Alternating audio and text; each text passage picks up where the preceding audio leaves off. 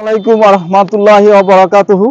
আমি লৈ আহিছোঁ আপোনালোকৰ বাবে এটা ভাল খবৰ, কিয়নো গোৱালপাৰা জিলাৰ যি লক্ষীপুৰ আছে, এই লক্ষীপুৰৰ গাদলাপামত ৰাষ্ট্ৰীয় নেতৃত্বৰ উপস্থিতিত 38তম সদৰ অসম জমিয়তে আহলে হাদিছৰ যি প্ৰতিষ্ঠা দিৱস, সেই প্ৰতিষ্ঠা দিৱস অনুষ্ঠিত হ'ব আৰু কোৰাণ আৰু হাদিছৰ ওপৰত আলোকপাত কৰি এই প্ৰতিষ্ঠা দিৱস অনুষ্ঠিত হ'ব। তেওঁলোকে কেইবাটাও এম আৰু টাৰ্গেট লৈছে, বিশেষকৈ সমাজৰ পৰা যিবিলাক ধৰ্ম অন্ধতা আছে, যিবিলাক কুসংস্কাৰ আছে, এইসমূহ পৰিত্ৰাণ কৰাৰ বাবে বা সমাজৰ পৰা সেইসমূহ বস্তু আঁতৰাৰ বাবে তেওঁলোকে এই কাৰ্যসূচী লৈছে। বিশেষকৈ তেওঁলোকৰ যি আহলে হাদিছৰ যি প্ৰতিষ্ঠা দিৱস, সেয়াটো অনুষ্ঠিত হ'ব। লগে লগে ৰাইজৰ মাজত যি সজাগতা বা ধৰ্মান্ধতা বা যিসমূহ কুসংস্কাৰ আছে, সেইসমূহ দূৰীকৰণৰ বাবে তেওঁলোকে প্ৰয়াস কৰিছে।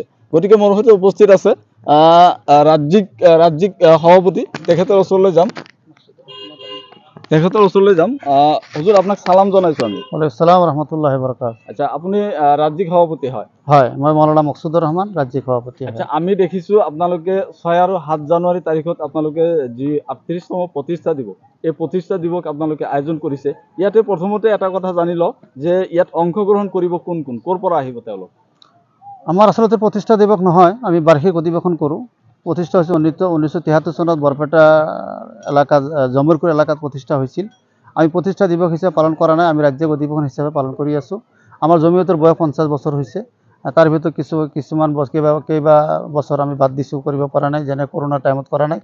আৰু এইবাৰ 38তম অধিৱেশন হৈছে। আমাৰ এই অধিৱেশনত কেন্দ্ৰীয় নেতৃত্ব আমাৰ ৰাষ্ট্ৰীয় সভাপতি হজৰত মৌলানা আসগৰ আলী ইমাম মেহেদি চালাফি মাদানী আৰু তেওঁৰ লগতে সাধাৰণ সম্পাদক মৌলানা হাৰুন চানাবিলি দুয়োজন উপস্থিত হ'ব ইনশাআল্লাহ। আৰু কোন কোন আহিব আপোনালোকৰ ৰাষ্ট্ৰীয় পৰ্যায়ৰ পৰা? ৰাষ্ট্ৰীয় পৰ্যায়ৰ পৰা আমাৰ দুজনেই আহিব, বাকী ৰাজ্যিক পৰ্যায়ৰ আমাৰ আৰু প্ৰদেশৰ পৰা 2-4জন আলেম ওলামা আহিব। হয়তো 2-এজন নাম এতিয়া ফাইনেল হোৱা নাই, এজনে ফাইনেল হৈছে, তেতিয়া বৰ্তমান হস্পিটেলত আছে। এনে এটা পৰিস্থিতি হৈ আছে। আমি দেখিছোঁ আপোনালোকে এই দিৱসৰ জৰিয়তে আপোনালোকে শান্তিৰ বাণী বিলোৱাৰ চেষ্টা কৰিছে। গতিকে সমাজৰ পৰা আপোনালোকে কিসমূহ ব্যাধি আপোনালোকে আঁতৰোৱাৰ প্ৰয়াস কৰিছে? আমি আচলতে এটা বাৰ্তা দিব বিচাৰিছোঁ যে আমি সদৰ অসম জমিয়তে আহলে হাদিছ কোনো ধৰ্মৰ লগত বিবাদ নাই। আমি চবকে নিজৰ ভাই বুলি গণ্য কৰোঁ আৰু সমাজত, প্ৰতিখন সমাজত, হিন্দুৱে হওক, মুছলমানে হওক, শিখ হওক, বুদ্ধিষ্ট হওক, আমি সকলো সমাজত এটা শান্তিৰ বাৰ্তা দিব বিচাৰিছোঁ যে আমি সকলোৱে ভাৰতবাসী, আমি সকলোৱে ভাই।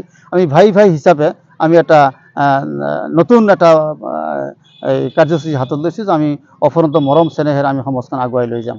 কেইদিনীয়া হ'ব আপোনালোকৰ এই কাৰ্যসূচী? আমাৰ এই প্ৰগ্ৰাম 2 দিনীয়া প্ৰগ্ৰাম। অহাকালি শনিবাৰ ৰাতিপুৱা 8টাৰ পৰা আৰম্ভ হ'ব আৰু দেওবাৰ ৰাতি 2টালৈকে এই প্ৰগ্ৰাম চলি থাকিব। গতিকে ৰাইজক কি ক'ব আপোনালোকে? ৰাইজক এটা আহ্বান জনাইছোঁ, ৰাইজে দলে বলে যোগদান কৰক আৰু আমাৰ ইয়াৰ পৰা কি বাৰ্তা দিওঁ, সেই বাৰ্তাখিনি তেওঁলোকে সমাজত প্ৰচাৰ কৰক। হয়, ধন্যবাদ জনাইছোঁ আপোনাক। এয়া হৈছে এই লক্ষীপুৰৰ যি গাদলাপাম আছে, এই গাদলাপামত আমি দেখিবলৈ পাইছোঁ যে সদৰ অসম জমিয়তে আহলে হাদিছৰ যি 38তম যি অধিৱেশন, সেই অধিৱেশনৰ ইতিমধ্যে পূৰ্ণ প্ৰস্তুতি চলিছে।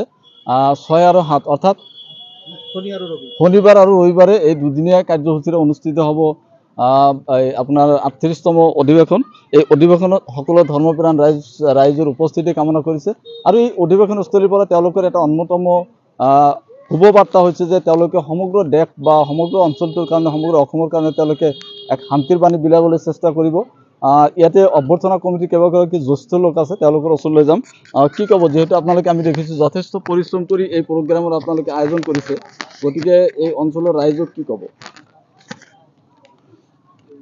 আমি এই অঞ্চলৰ ৰাইজক আমি এইটোৱেই ক'ম যে আমাৰ এই অঞ্চলৰ ৰাইজখানি আমি হিন্দু, মুছলিম, বৌদ্ধ, খ্ৰীষ্টান গোটেই আটাইয়ে মিলিত একত্ৰিত হৈ থাকিবলৈ আমি এইটো আহ্বান জনাম।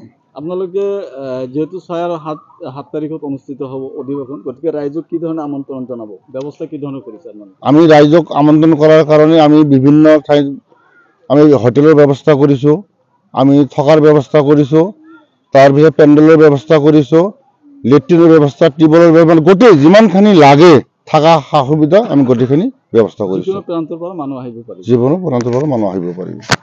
নিশ্চিতভাৱে ধৰ্মপ্ৰাণ ৰাইজৰ উপস্থিতি কামনা কৰিছে আৰু সঁচাকৈ ক'ব লাগিব যে তেওঁলোকৰ যি আয়োজন, তেওঁলোকে যথেষ্ট আয়োজন কৰিছে। ইয়াত পুৰুষ মহিলাৰ বাবে পৃথকে আয়োজন কৰা হৈছে। এয়া হৈছে আমি য'ত উপস্থিত হৈছোঁ, এয়া হৈছে পুৰুষৰ পেণ্ডেল আৰু আই মাতৃসকলৰ কাৰণে তেওঁলোকৰ পৃথক পেণ্ডেল আছে আৰু সঁচাকৈ যাৱতীয় যিসমূহ আয়োজন তেওঁলোকে প্ৰস্তুতি কৰি তুলিছে। অহাকালিৰ পৰা অৰ্থাৎ শনিবাৰ আৰু ৰবিবাৰ এই দুদিনীয়া কাৰ্যসূচীৰে অনুষ্ঠিত হ'ব আৰু এই দুদিনতে আপোনালোকে লগ পাব ৰাষ্ট্ৰীয় নেতৃত্ব। তেওঁলোকে শান্তিৰ বাণী শান্তিৰ বাৰ্তা লৈ তেওঁলোকে এই লখিমপুৰৰ গাদলাপামৰ পৰা তেওঁলোকে সমগ্ৰ দেশবাসীক সম্বোধন কৰি তেওঁলোকে এই শান্তিৰ বাৰ্তা বিলাব। গতিকে আপোনালোকক আমি অনুৰোধ জনাইছোঁ আপোনালোকে এই অধিৱেশনস্থলী অৰ্থাৎ ইষ্টেমালৈ গাদলাপামৰ ইষ্টেমালৈ আহক আৰু শান্তিৰ বাণী আপোনালোকে সমাজত প্ৰচাৰ কৰাত সহায় কৰক।